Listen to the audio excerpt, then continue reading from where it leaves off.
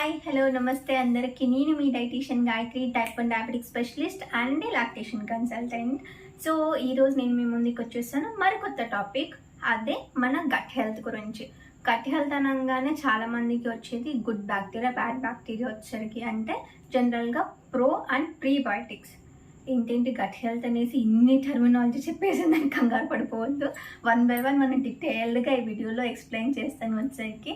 First thing, gut health అనగానే ఏంటి అంటే మన బాడీకి మైండ్కి ఎలా అయితే బాడీకి రిలాక్సేషన్, మైండ్కి రిఫ్రెష్మెంట్ అనేది కావాలంటామో అదేవిధంగా మన చిన్న పేగు పెద్ద పేగులో వచ్చేసరికి ఏంటి అంటే గుడ్ అండ్ బ్యాడ్ బ్యాక్టీరియా ఉంటాయన్నమాట. దీని బ్యాలెన్స్ ఎప్పుడైతే తప్పుతుందో చాలామందికి తెలియని విషయం ఏంటి అంటే ఈ గట్ బ్యాక్టీరియా వల్ల కూడా చాలామంది క్యాన్సర్ బారిన పడవచ్చు, వెయిట్ లాస్ అవ్వకపోవచ్చు, లేదంటే ఆటో ఇమ్యూన్ డిసీజెస్ ఏదైనా రావచ్చు.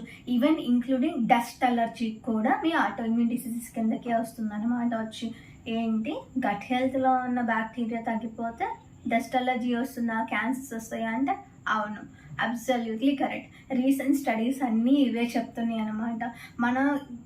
మన ఓల్డ్ ఏజ్ చూసుకున్నప్పుడంటే ఖచ్చితంగా ఇంట్లో పులిసిన ఆహార పదార్థాలు ఏదో ఒకటి ఉంటాయి. ఈవెన్ పచ్చళ్ళు కావచ్చు, లేకపోతే పులిసిన మనకి దద్దోజనం లాగా ముందు రోజు ఫెర్మెంట్ చేసిన ఫుడ్ ఏదైనా తీసుకోవచ్చు. గంజి లాంటిది ముందు రోజు పెట్టి తర్వాత రోజు తీసుకోవచ్చు. ఇడ్లీ దోశ తీసుకోవచ్చు. వచ్చరికి ముఖ్యంగా ఇప్పటికీ కంటిన్యూషన్లో ఉన్న మన పెరుగు కూడా మనకి ప్రోబయోటిక్ కిందకి వస్తుందన్నమాట.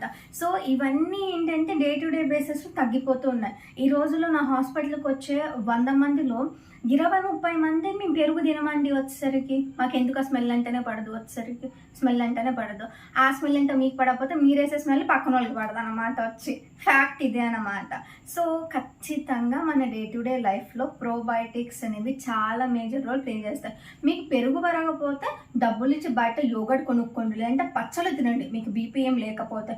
లేదు అంటే మనకి ఆన్లైన్లో ఇప్పుడు కెఫేర్ అనేసి ఒక ప్రోడక్ట్ మంచిగా అవైలబుల్గా ఉందన్నమాట.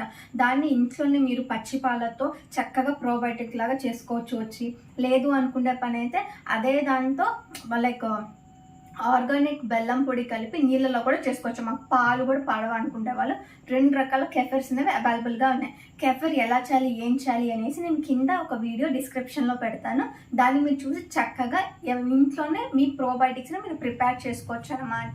సో ఇక్కడ దాకా ఎందుకు ఈ కెఫేర్లు ఆన్లైన్ ప్రొడక్ట్స్, మన ఇంట్లో అసలు ప్రోబయోటిక్స్ లేవా అంటే ఇందాక చెప్పినట్టుగానే పెరుగు ఉంది. వచ్చేసరికి పులిసిన ఆహార పదార్థాలు కానీ ఫెర్మెంట్ చేసిన ఆహార పదార్థాలు అనమాట. అంటే ఇడ్లీ దోశ బ్యాటర్ కానీ, లేకపోతే నేను మీకు చెప్పినట్టుగానే ముందు రోజు మనం చక్కగా ఫెర్మెంట్ చేసిన పెరుగన్నం, వచ్చేసరికి దద్దోజనం అని చెప్తాం కదా, అవి అన్నీ మనకి ప్రోబయోటిక్స్. ఈవెన్ పచ్చళ్ళు కూడా అంతే అన్నమాట. వచ్చి సో ఎవరైతే రోజు వారి దినచర్యలో వీటిని ఇంక్లూడ్ చేసుకోరో వాళ్ళ గట్ హెల్త్ అనేది డ్యామేజ్ అవ్వడం ఖాయం. వచ్చేసరికి ఎందుకు అంటే ఇప్పుడు తీసుకుంటున్న మనకి చెత్తా చెదారం ఏదైతే ఉందో, జంక్ ఫుడ్ ఏదైతే ఉందో, కూల్ డ్రింక్స్ వచ్చేసరికి.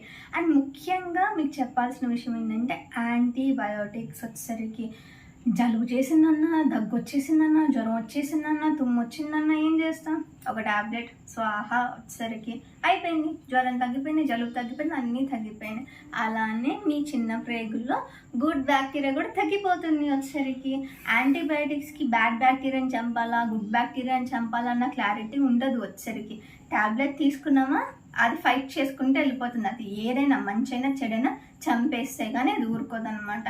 ఇలాంటి టైంలో మీకు ఎప్పుడైనా యాంటీబయాటిక్స్ ఇస్తారో దానికి ప్యారలల్గా ప్రోబయోటిక్స్ ఇవ్వాలి. ఇదర్ మీరు మెడికేషన్ ఫార్మేట్లో అయినా తీసుకోవాలి, లేదు అంటే ఇప్పుడు నేను చెప్పినట్టుగానే ఇంట్లోనే ప్రిపేర్ చేసుకుంటే పెరుగు, ఇడ్లీ దోశ, పికెల్స్, లేదు అంటే ఇప్పుడు నేను చెప్పిన కెఫెర్ ఎందుకు ఎంత స్ట్రాంగ్గా చెప్తున్నాను అంటే మనం జనరల్గా మన ఇంట్లో దొరికే వాటికన్నా కూడా కెఫెర్లో కొన్ని 100 రకాల స్ట్రెయిన్స్ అనేవి మనకి ఎక్కువగా ఉంటాయన్నమాట. వచ్చి దీంట్లో అన్ని రకాల గుడ్ బ్యాక్టీరియాస్ని వాళ్ళు క్యాప్చర్ చేసి పంపిస్తారు కాబట్టి దీనివల్ల కొంచెం రిజల్ట్ ఎక్కువగా ఉంటుంది. వచ్చేసరికి అన్ని రకాల గుడ్ బ్యాక్టీరియా ఉండడం వల్ల మీకు ఏంటంటే మీ గట్ హెల్త్ కూడా చాలా బాగా బ్యాలెన్స్ అవుతుందన్నమాట.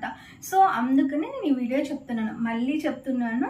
మీకు ప్రోబయోటిక్స్ అనగానే ఏంటి అంటే వచ్చేసరికి మన ఇంట్లో ఉండే పచ్చళ్ళు, పెరుగు, ఇడ్లీ దోశ బ్యాటర్స్, వచ్చేసరికి నేను చెప్పిన కెఫేర్ కానీ, ఇంకొకటి సార్క్రాట్. క్యాబేజీని మనం పులియబెట్టి తీసుకుంటాం అనమాట. మన లోకల్గా దొరికే క్యాబేజీ, బయట ఎక్కడో దొరికేది కూడా చెప్పట్లేదు. దీనికి సంబంధించిన వీడియో మీకు కావాలంటే కింద డిస్క్రిప్షన్లో ఉంటుంది, మీరు వెళ్ళి చూసుకోవచ్చు అనమాట. కానీ ఈ వీడియోలో ఎండ్లో నా ఫీడ్బ్యాక్ ఏంటి అంటే, ప్రోబయోటిక్స్ ఉంటే వెయిట్ లాస్ దగ్గర నుంచి ఆటోఇమ్యూన్ డిసీజెస్ దాకా అన్నిటిని మీరు కంట్రోల్ చేసుకోవచ్చు వచ్చేసరికి. So try to have some probiotics మీ డైట్లో వచ్చేసరికి. దీని గురించి ఇంకా డీటెయిల్డ్గా ఏదైనా ఇన్ఫర్మేషన్ కావాలంటే కామెంట్ బాక్స్లో మెన్షన్ చేయండి. Will meet up in next video. Thank you.